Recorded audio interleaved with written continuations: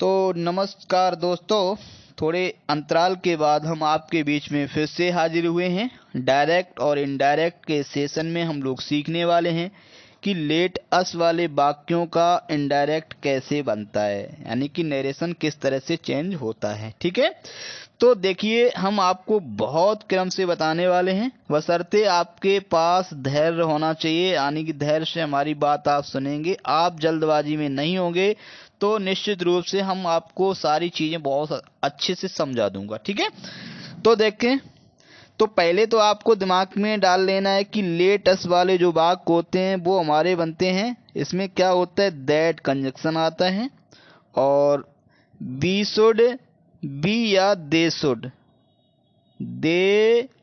Should, और should के बाद आपको पता ही है कि शुड के बाद में वी फर्स्ट का प्रयोग होता है। ठीक है, अब देखो यहाँ ऑब्लिक में हमने लिखा है बी शुड या दे शुड, तो ऐसा तो है नहीं कि हम चाहे बी शुड लगाएं या दे शुड लगाएं, तो हम इसमें आपको ये चीज भी बताएंगे। वैसे मैक्सिमम आप कैसे याद करते हैं, या तो दे शुड लगा दो या बी शुड लगा लो, लेकिन ऐसा नहीं है, हम आपको बताएंगे कहाँ आप दे शुड लगाएंगे और कहाँ पे बी शुड लगाएंगे। ठीक है, तो इतना आपने जान लिया कि लेटस वाले वाक्यों को दैट कंजक्शन लगाते हैं और उसके बाद में दे शुड या B should plus B first से बनाते हैं। अब देखो यहाँ क्या लगने वाला है वो हम लोग देखेंगे। तो बी शुड लगेगा या दे शुड लगेगा, ये डिसाइड हमारा होगा यहाँ से। ठीक है, तो यहाँ देखिए ही है हमारा थर्ड पर्सन और मी है फर्स्ट पर्सन।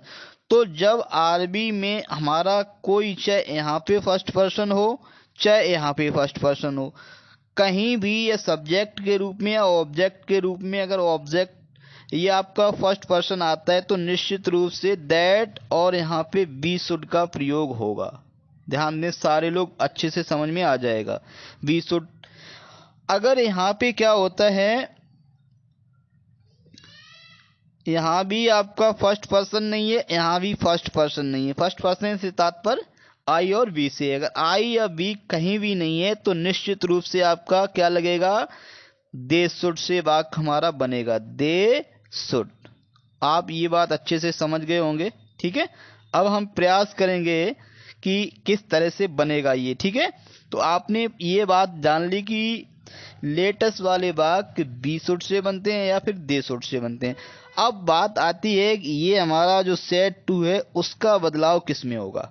तो इसके लिए आपको ध्यान रखना है, इसमें होता क्या, सेंस ये होता है, जब सब्जेक्ट ऑब्जेक्ट से बात कर रहा होता है तो निश्चित रूप से सब्जेक्ट जो है ऑब्जेक्ट को अपने कार्य में शामिल करता है।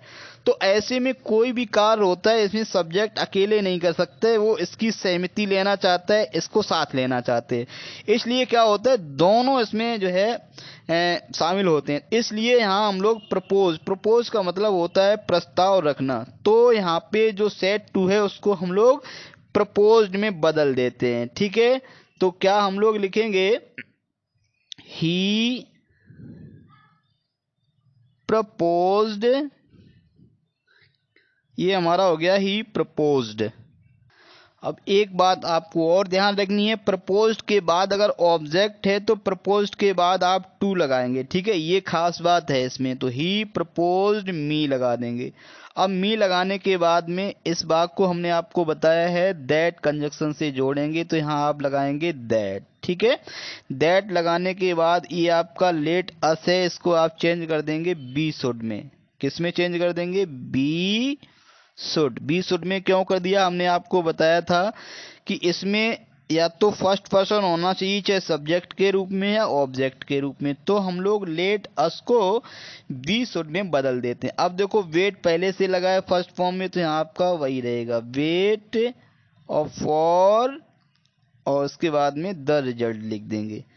तो इस तरह से ये आप समझ गए हैं, कोई बात नहीं का समय लगा है, बट अगर आप समझ गए तो अच्छी बात है। ठीक है, अब आगे बढ़ते हैं हम लोग, तो यहाँ देखने का प्रयास करेंगे, यू सेड टू हिम। अब यहाँ पे देखिए आपका, यहाँ पे यू है, सेकेंड पर्सन है, यहाँ पे हिम है, तो ये भी आपका यानी कि फर्स्ट पर्सन नहीं है, तो ये सेकेंड पर्सन है, ये आपका थर्ड पर्सन है। तो ऐसी दशा में हमने आपको क्या बताया है, यहाँ लेट अस हमारा जो है किस में चेंज होगा, लेट अस यहाँ आपका दे शुड में चेंज होने वाला है, दे शुड।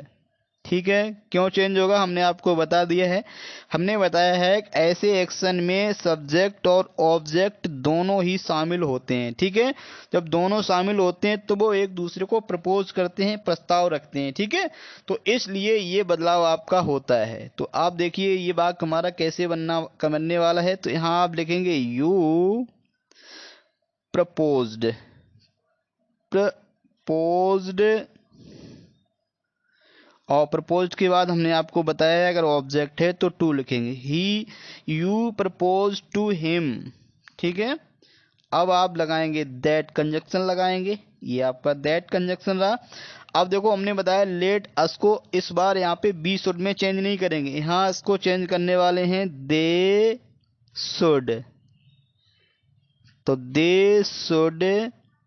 फिर आप देख रहे हैं वैसा ही लिख देंगे wait for the result, the result.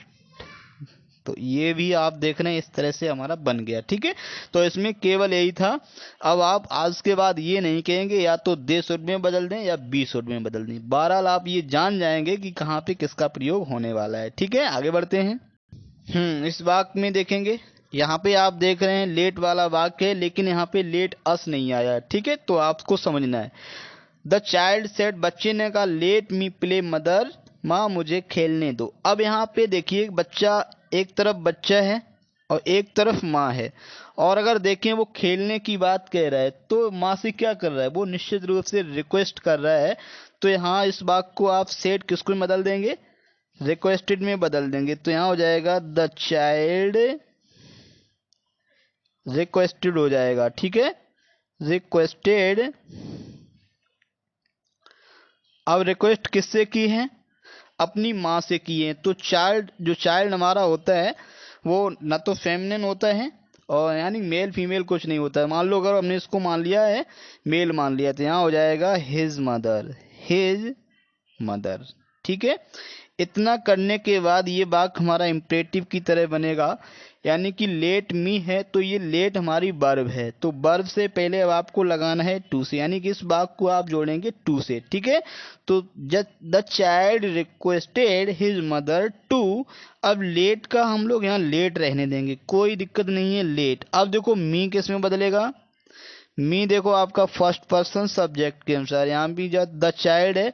अब देखो हम लोग यहाँ हिज लगा चुके हैं, इसका मतलब यहाँ आप कर देंगे हिम, लेट हिम प्ले।